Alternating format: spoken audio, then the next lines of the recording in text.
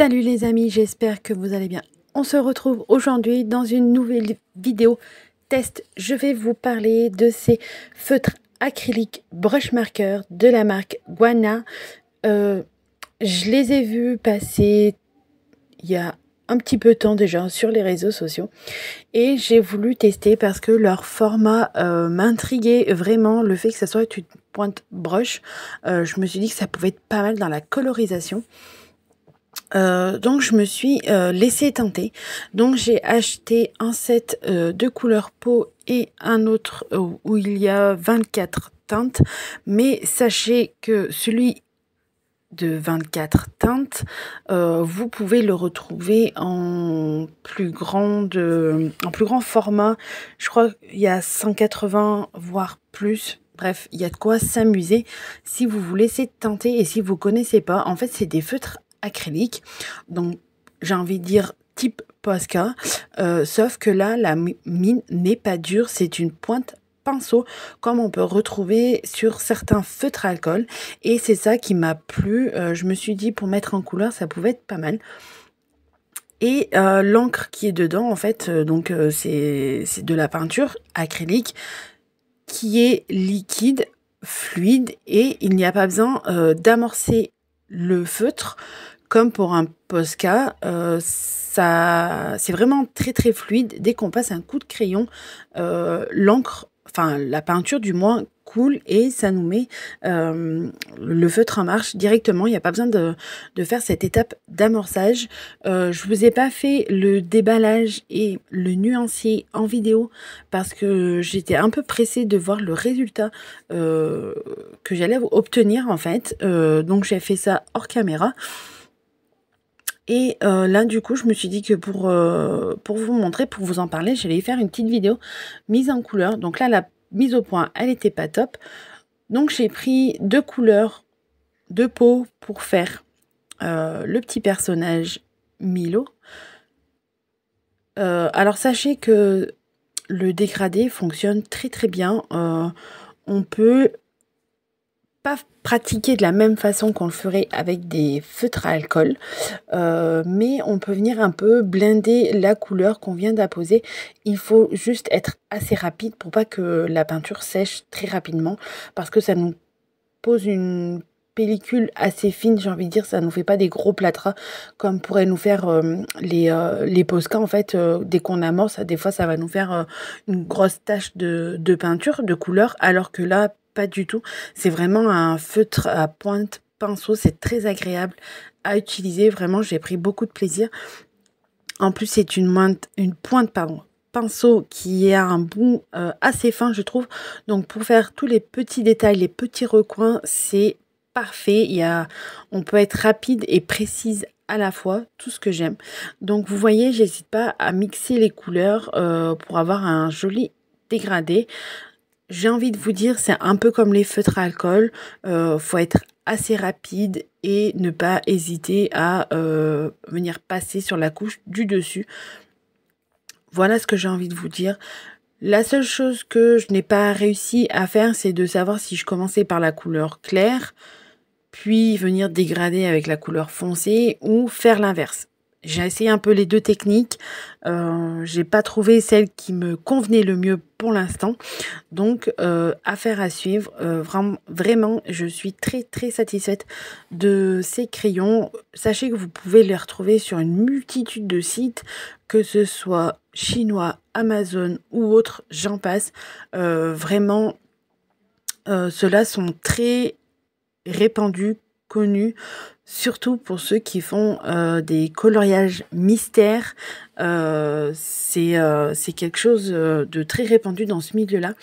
C'est comme ça que j'en ai entendu parler. Je suis tombée dessus par hasard. Donc comme vous pouvez le voir, j'ai une gamme de 24 feutres dans les couleurs classiques, j'ai envie de vous dire. C'est ni peu ni trop, j'ai envie de vous dire, c'est juste ce qu'il me faut. J'ai environ 2 à 3 teintes par couleur, donc il y a de quoi faire des dégradés et de trouver la bonne couleur qui correspond. Le seul petit bémol que j'ai rencontré, c'est qu'il n'y avait pas de gris. Je me suis dit, c'est pas grave, je vais prendre du blanc et du noir et je vais estomper le noir avec le gris. Mais j'avais un peu peur que ça ne salisse trop ma mine blanche.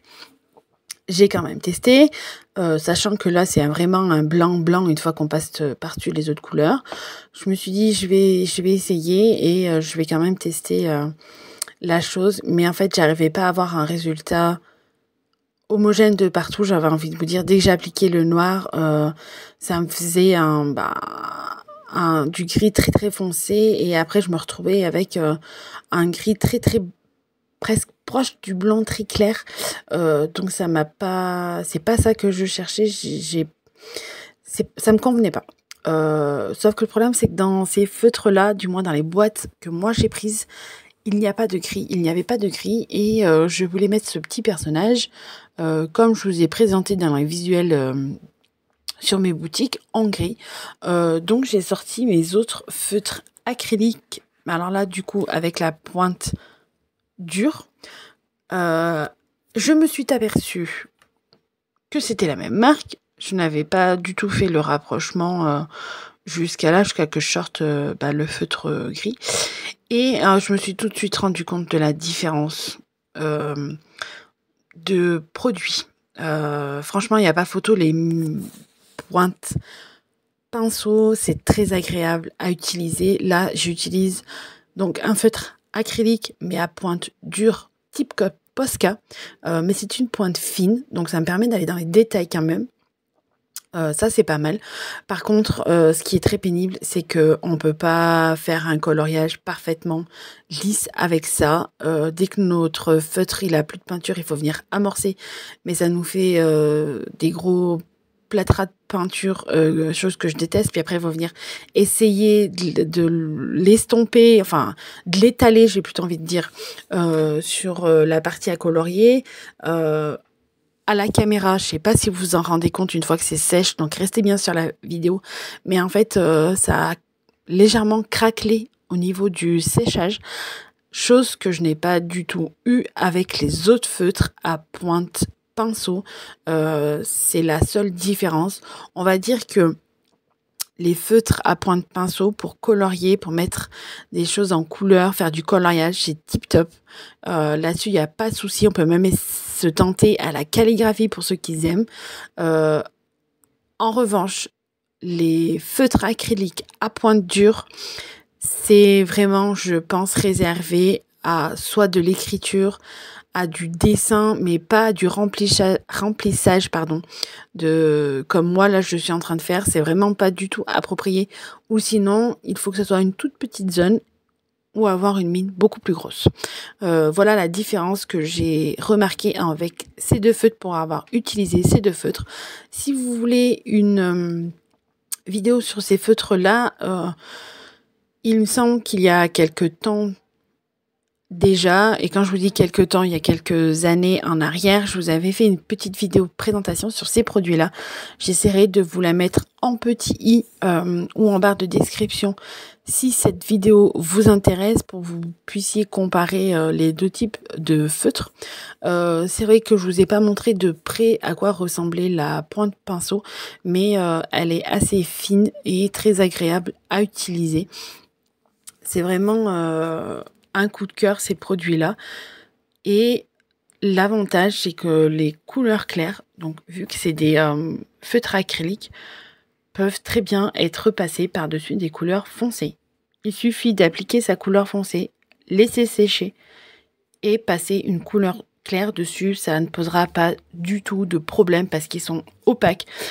Comme la peinture qu'on a dans les tubes, en fait, c'est vraiment la même chose. C'est très agréable à utiliser. C'était une belle surprise à découvrir. On a un très beau rendu. Donc là, j'essaye de voir si j'ai vraiment bien rempli de partout parce que c'était pas évident avec cette pointe.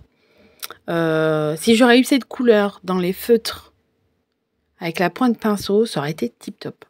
C'était vraiment la couleur que je cherchais en plus, mais que je n'avais pas. Donc là, je m'attaque au buisson. J'ai pris 2 teintes de vert pour jouer. Alors au début, je savais pas si je faisais un dégradé ou pas. Mais en fait, je suis restée sur des buissons d'une seule couleur. Sauf que j'en ai fait deux couleurs en fait.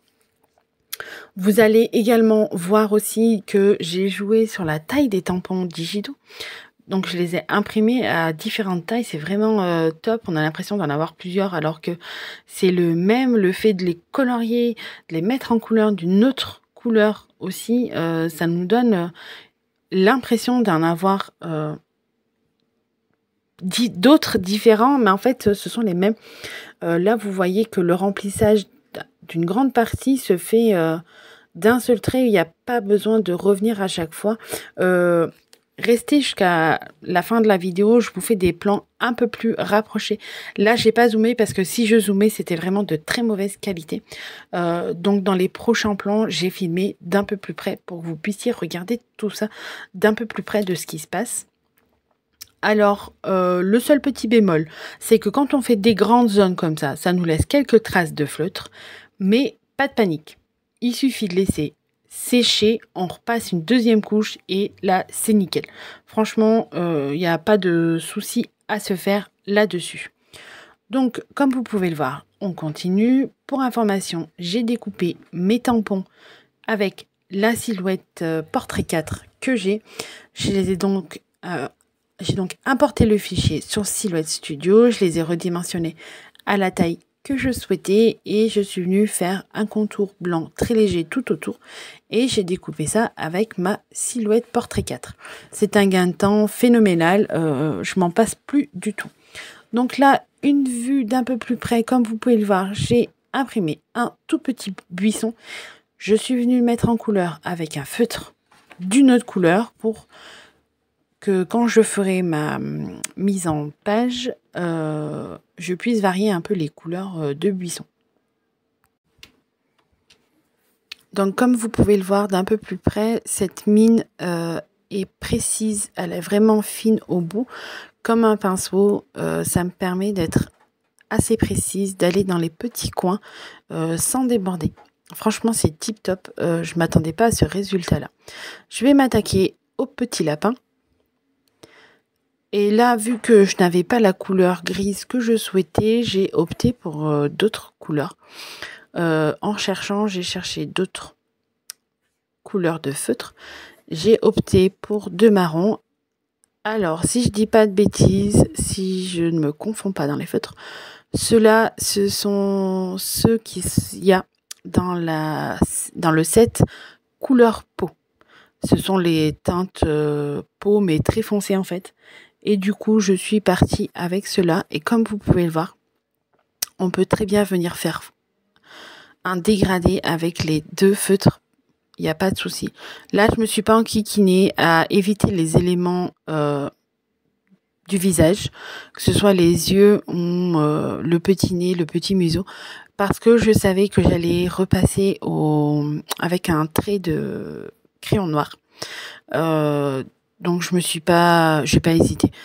Ça a recouvert, mais je vois quand même par transparence légèrement. Donc ça me permettra de venir repasser dessus par la suite sans aucun problème.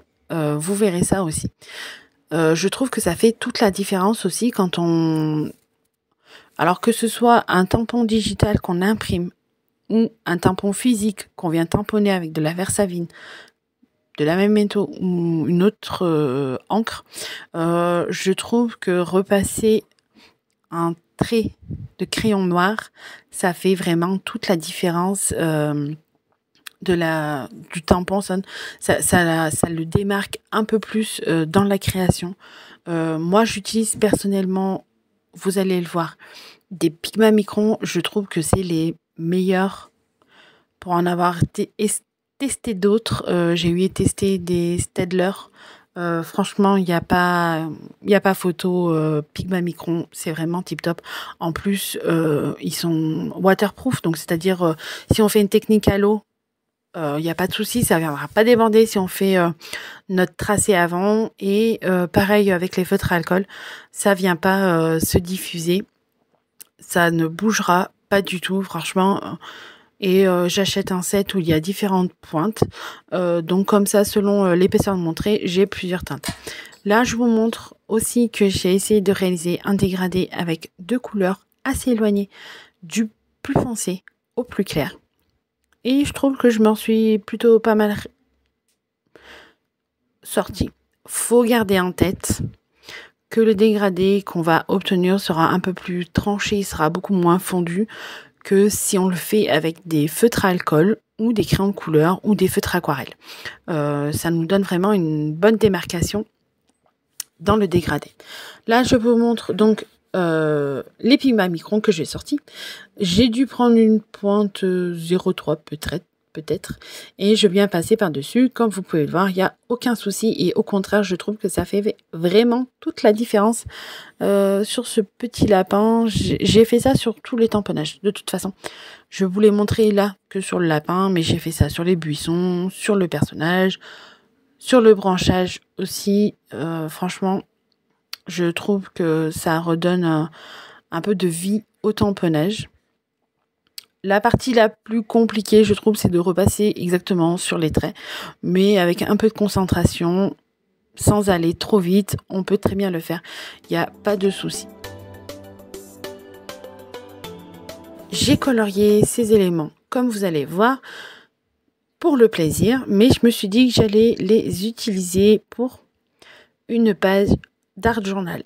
Je vous ai passé l'étape du fond parce que j'ai fait sensiblement comme dans les autres pages que je vous ai déjà présentées. J'ai sorti ma peinture acrylique. C'est vraiment une page 100% acrylique pour le coup. Donc j'ai sorti ma peinture acrylique, j'ai sorti des couleurs, j'ai fait quelques points de couleurs. Je suis venue l'étaler avec mon pinceau en bout silicone. Et là, avec les feutres, en fait, je suis venue griffonner tout simplement des motifs aléatoirement. J'ai vraiment pas cherché à faire quelque chose de symétrique, de parfait.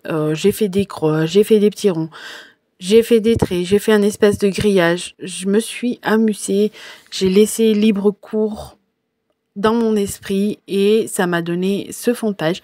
J'ai vraiment pas utilisé de tamponnage sur le fond de cette page. Là, j'ai pris le noir pour ajouter un peu plus de contraste. Mais j'ai pas utilisé la mine pinceau, j'ai utilisé la mine pointe dure pour avoir un tracé un peu plus net, plus précis dans la chose.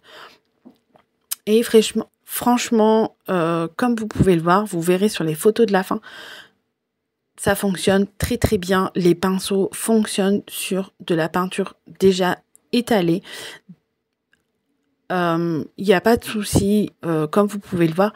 Le jaune, on le voit très bien sur le vert. L'orange, on le voit très bien sur le vert. Ça ne masque pas. Enfin, comment vous dire? Ça n'absorbe pas, plutôt. Ce qu'il y a dessous, vu que c'est de la peinture acrylique. J'avais du mal à trouver les mots. Donc là, je peaufine les détails. J'essaie vraiment de rester dans quelque chose d'assez... J'ai laissé libre cours à mon imagination. J'ai pas voulu faire quelque chose de symétrique. Là où j'ai décidé de le mettre, c'était là où c'était le moment de le mettre. Voilà ce que j'ai envie de vous dire. Je viens donc coller mes éléments. J'ai tout mis en couleur avec les feutres que je vous ai montrés. J'ai tout collé et voilà le résultat qu'on obtient. J'ai passé quelques heures sur cette page. Dites-moi si vous connaissez ces feutres acryliques ou pas du tout. Si vous en avez entendu parler, laissez-moi un petit commentaire. Je suis curieuse de savoir. Je vous dis à bientôt pour une nouvelle vidéo. Bye bye!